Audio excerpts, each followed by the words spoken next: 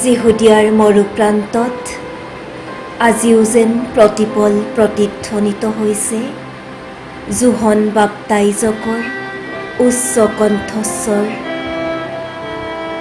মন পালটন কৰা, কিয়নো স্বৰ্গৰাজ্য ওচৰ হ'ল।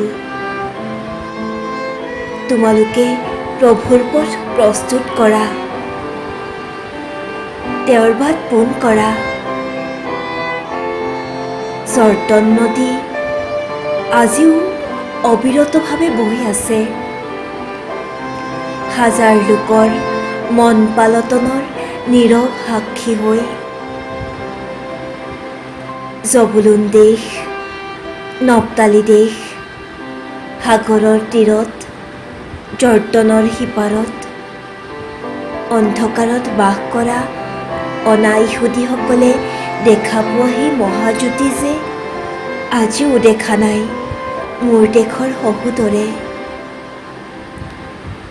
পৃথিৱীৰ সকলো প্ৰান্তত প্ৰকাশিত সেই সৰকীয় দীপ্তিয়ে পোহৰাব নোৱাৰাকৈ মোৰ দেশৰ মানুহৰ বুকুত বিভাজনৰ এখন বিশাল দেৱাল।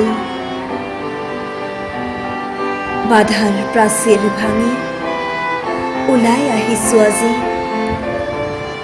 সত্যেৰে কঁকাল বান্ধি, ধাৰ্মিকতাৰ বুকুবৰি পিন্ধি, পাপ শক্তিৰ অগ্নিময় শৰসমূহ নুমাব পৰা বিশ্বাসৰ ঢাল লৈ।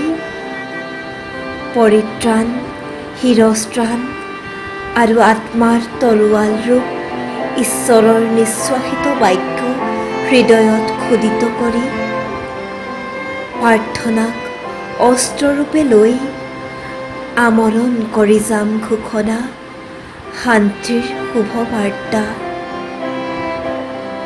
অনন্তকালৰ সৰগীয় দেশলৈ এয়া মোৰ অবিৰত যাত্ৰা। ঈশ্বৰৰ প্ৰশংসা হওক।